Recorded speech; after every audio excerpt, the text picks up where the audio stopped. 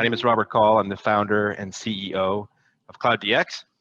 We are, as it says, an award-winning provider of services for virtual care and remote patient monitoring and digital medicine. So today I'm going to share with you some details about Cloud DX and the work that we've been doing, and share with you also the future of remote patient monitoring, which is one of the fastest growing segments of the healthcare industry in the world. As the slide suggests, you may see and hear forward-looking statements during my presentation. If you have any questions about that, please take a moment to review this disclaimer.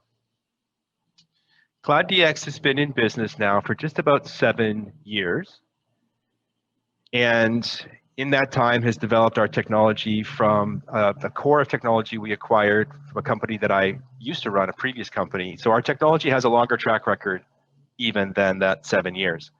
But during that time, we raised just under 30 million Canadian dollars in equity, and we also have received during that time 4.5 million Canadian dollars in non-dilutive grant funding for our own internal use and internal resources, and an additional $11.5 million in grant funding for clinical validation through our academic partners. We're highly regulated, ISO certified, licensed by Health Canada, registered with the FDA, and we meet all of the requirements for medical device manufacturing and medical software development. Our executive team is extremely experienced. Myself, this is my third successful startup, and our Chief Medical Officer is a highly regarded internist, internal medicine specialist who runs an ICU in Toronto. Our Chief Financial Officer is not only a CA and a CPA, but she's also a graduate of the director's course at the Rotman School of Business. My Chief Operating Officer is actually a family member, my brother Anthony. He also has a long track record of success in business. Our board of directors is also very accomplished. Dr. Kaul, our CMO, is on our board of directors, as is another physician, Dr. Zakos, who is a pain medicine specialist. One of our largest external investors is Mr. Brad Miller, who runs a family office in Vancouver and is a very, very well-regarded business person on the West Coast, who is the CEO of Advantech Global, which may be a name some of you recognize. And our board is completed by Ms. Middlemore, who is herself a CA, and Mr. Chernetsky. Bill Chernetsky is the former Chief Health Innovation Strategist for the Government of Ontario, and now is the Executive Vice President of Government Relations for Point Click Care, one of the largest Canadian health IT companies, and is very, very influential in the business and a fantastic board member. Cloud DX is fortunate. We have received a number of awards for excellence in innovation. I won't dwell on this, but the most important award we received is the X Prize Bold Epic Innovator Award. Cloud DX was the first Canadian company to ever win an X Prize, and that was a very arduous innovation competition with a $10 million prize purse, which we shared in. Even recently, we were just awarded an Edison Award as well. So let's now switch to talking about virtual care. Virtual care, as most folks realize, has become very much a topic of interest because of the COVID-19 pandemic. Back a little over a year ago, in March of 2020, virtual care and telemedicine overnight went from a niche product that relatively small number of patients were experiencing to a global phenomenon. The way that care has been delivered since that time is virtual. Over 50% of Canadians today receive their care virtually through telemedicine and telehealth. And all over the world, in fact, virtual care has become the standard of care now. Cloud DX, of course, has been participating in that. We focus on a segment of virtual care around remote patient monitoring, and that means monitoring patients in their homes to help them either recover from surgery or to help them cope with chronic diseases and chronic illnesses, which are very prevalent. The two most prevalent chronic diseases that we focus on are chronic obstructive pulmonary disease, COPD, or congestive heart failure. These are the two most expensive chronic illnesses in the world, as a matter of fact. In North America, those two diseases alone, COPD and CHF, they actually account for 75% of all healthcare spending. So being able to reduce the impact of those diseases has an enormous impact on cost for healthcare providers across the world, and especially here in North America right now. And that's what our focus is. Our available market of patients in the United States is over 50 million patients who are able to receive these services funded by US Medicare and US Medicaid insurance. In Canada, over 5 million patients receive these services, and that's just those two countries. So our platform consists of three essential parts. We have a device kit that you see here on the page that includes a blood pressure cuff, a weight scale, a pulse oximeter, sometimes a thermometer, often a tablet computer with our application running on it. That's the devices patients use to monitor themselves at home, communicate with their caregiver through two-way telehealth or two-way video, text messaging, filling out surveys, and in general, being cared for. Think about a person who's just come home from surgery. So they're having their conversation with the nurse every day. The nurse is investigating the wound, the scar, to make sure that the wound is not infected. They're taking their temperature, they're taking their blood pressure, and then if they see or if the software detects any changes to the patient entirely in an automated way, then the surgeon can be notified, the patient can come back and have an early intervention. Early intervention means the patient is less likely to be admitted to hospital, is less likely to even go to the emergency room, and actually is less likely to die, and that's the key. We have a clinician dashboard where a nurse or a medical assistant or a doctor can then manage thousands of patients all simultaneously from one computer. So what we allow clinicians to do is care for more people with the same manpower. So we're saving money for the system by reducing hospital visits, reducing hospital admissions. We're also making physicians' offices more efficient. That's the key to the program. So we make money on those devices that we send out. We manufacture some of those devices ourselves, so we are in the manufacturing business. We also make money on a per patient per month basis for services that include both the application and all the connectivity, and also sometimes even specialization, customization of software. And finally, we have in the past, we have signed license deals where we've licensed our intellectual property and our software to third parties. And those license deals, although they don't occur very often, tend to be quite large. The last license deal we did was $1.25 million, and that was back in 2019. So we don't have a huge amount of time remaining here. I'd like to just move this along. I want to make a point that Cloud DX is highly differentiated in our space. There's a number of companies out there, including older companies like TELUS that also offer remote patient monitoring, and newer startups as well. But of all the companies you'll see in the marketplace, of all of them, we're the only one that invents new medical devices from scratch, manufactures those devices to very high standards, and therefore controls the entire user experience all the way from the patient through the hospital to the electronic medical record. That control gives us three advantages actually. The first advantage is that we can make all of the systems work better together. So we have a more seamless experience. That means also higher satisfaction scores from both patients and providers. That's the first advantage. The second advantage is cost. Because we're manufacturing some of these products ourselves and we develop all the software in-house, therefore our costs are actually lower. We have a higher potential profit margin. And the third point is protection of our intellectual property, which we'll also touch on. Just very quickly, our customers range from entire provincial healthcare systems to some of the largest providers of medical services in the world. Vital Air Canada is, for example, the arm of Air Liquide, which is the largest provider of oxygen in the world. We're the only company that has 2 provincial government level contracts to deliver virtual care in Canada. And we have we have contracts with large American organizations as well, and those contracts are growing all the time. In 2020, of course, obviously partly driven by the pandemic itself, we saw the number of our patients under management grow by 700%.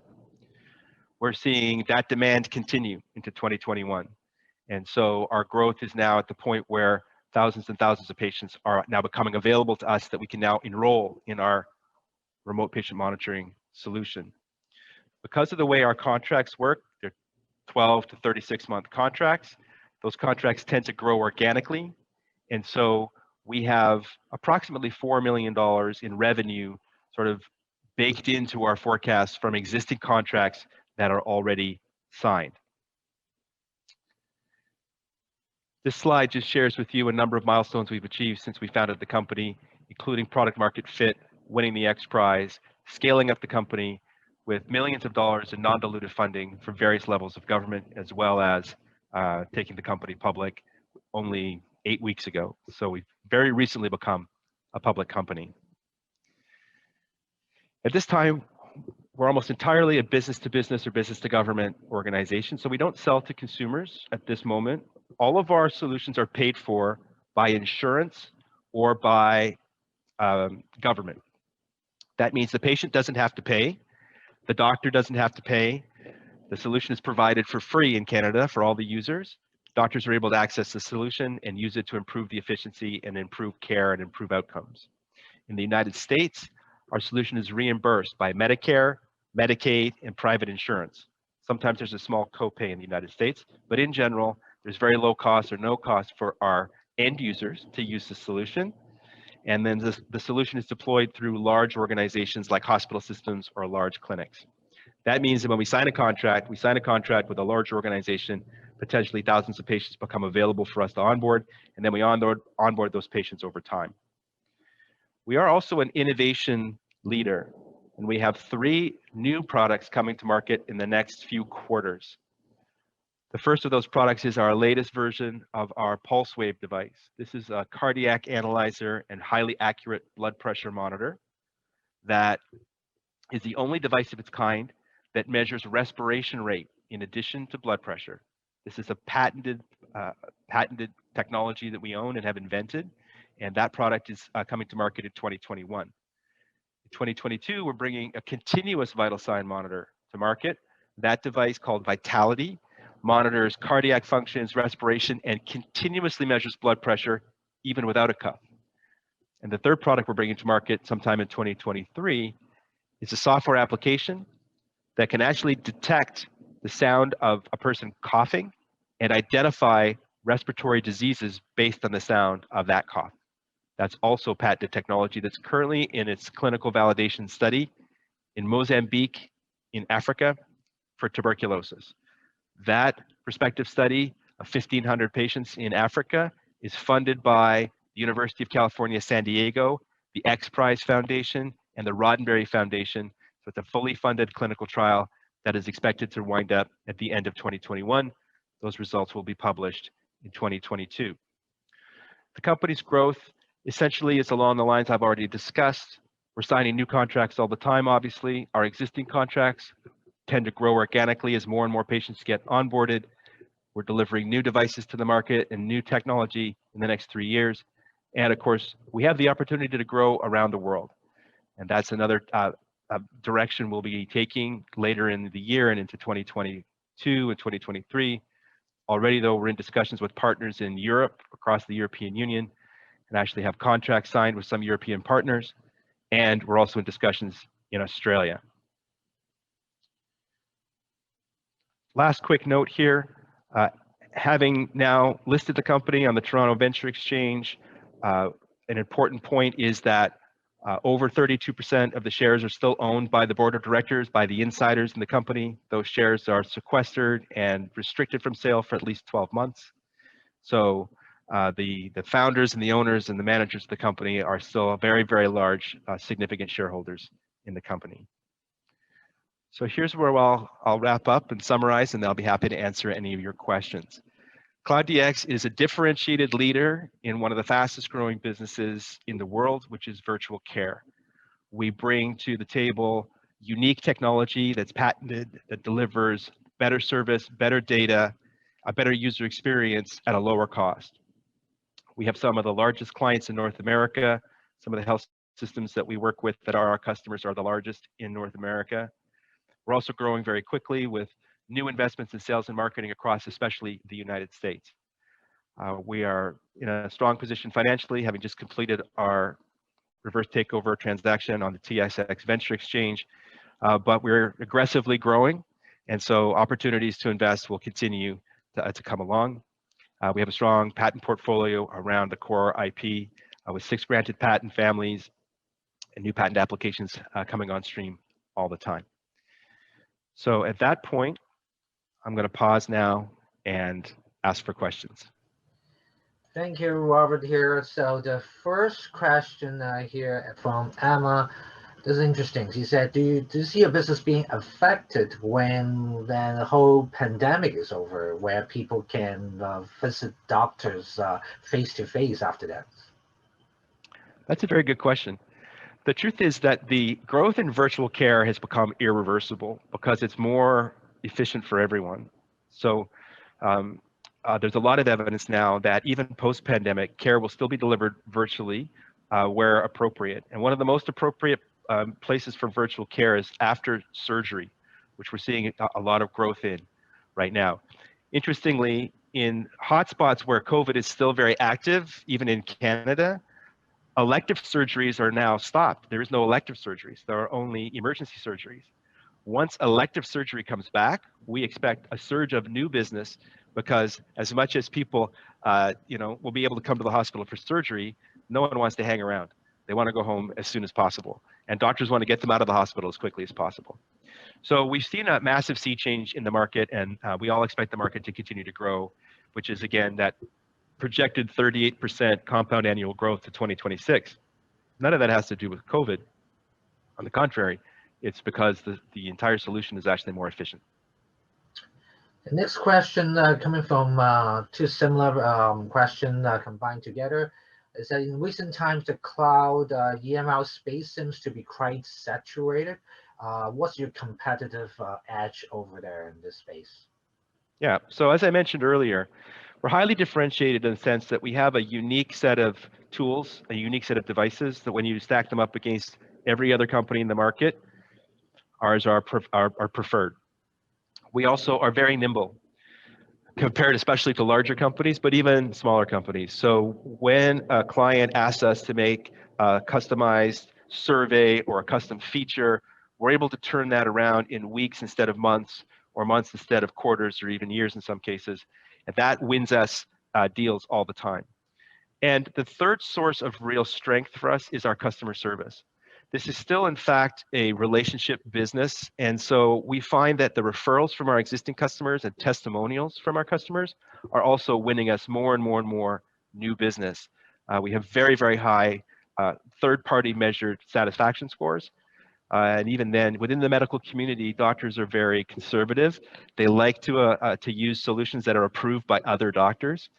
And I should point out to everyone on this call, that money we raised as a private company, remember the first slide I showed you where we raised $29 million?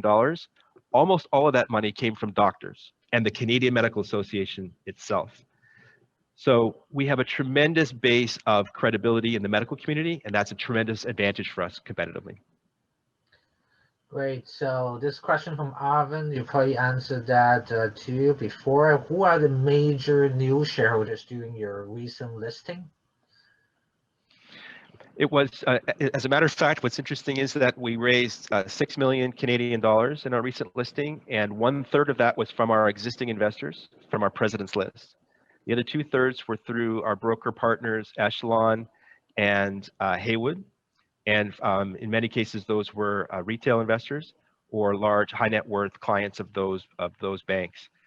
So we have, I think, a large proportion of our investors are very sort of astute. They're in this for the long run. And then again, 1/3 of that raise was existing investors who are obviously very long on the story as well. And this question from Max, do you think you will get acquired at some point? Is that your strategy? I wouldn't say that's our strategy necessarily, because this is an opportunity now to grow very quickly. One of the nice, one of the purposes of becoming a public company is to give us both access to additional capital and potentially the opportunity to acquire other companies.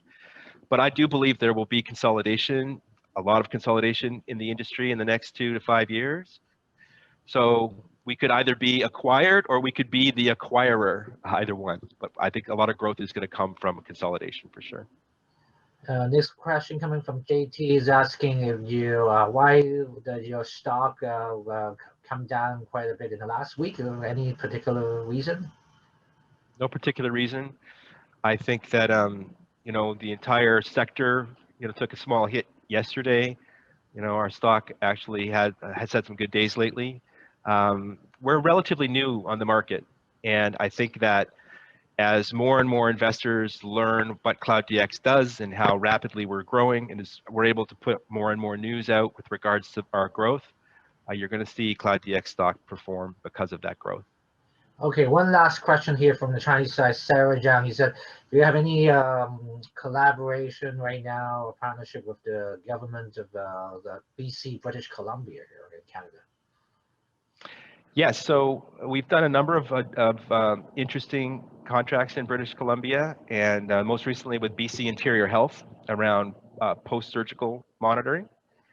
And the entire Canadian market is now moving into an interesting phase because Canada Health Infoway, which is a quasi-government organization, it's a private organization, but it's funded with government money, has just recently published a RFPQ, a request for RFPQ, request for quote, around remote patient monitoring solutions that a number of provinces have now indicated that they're interested in. So there's a new cycle of procurement happening in Canada right now. New Brunswick, Manitoba already is done, but New Brunswick, Saskatchewan, parts of Ontario, British Columbia. So we're going to see, I think, not right away, but towards Q4 and into early next year, we're going to see more procurement happening in Canada. Even outside of that, though, our clients are still signing up. And then in the United States, of course, growth is accelerating because more investments are being made all the time and more reimbursement is being announced for virtual care. So thank you, Robert, for answering all the questions here today. My pleasure. Thanks, everybody. We appreciate your interest in Cloud DX.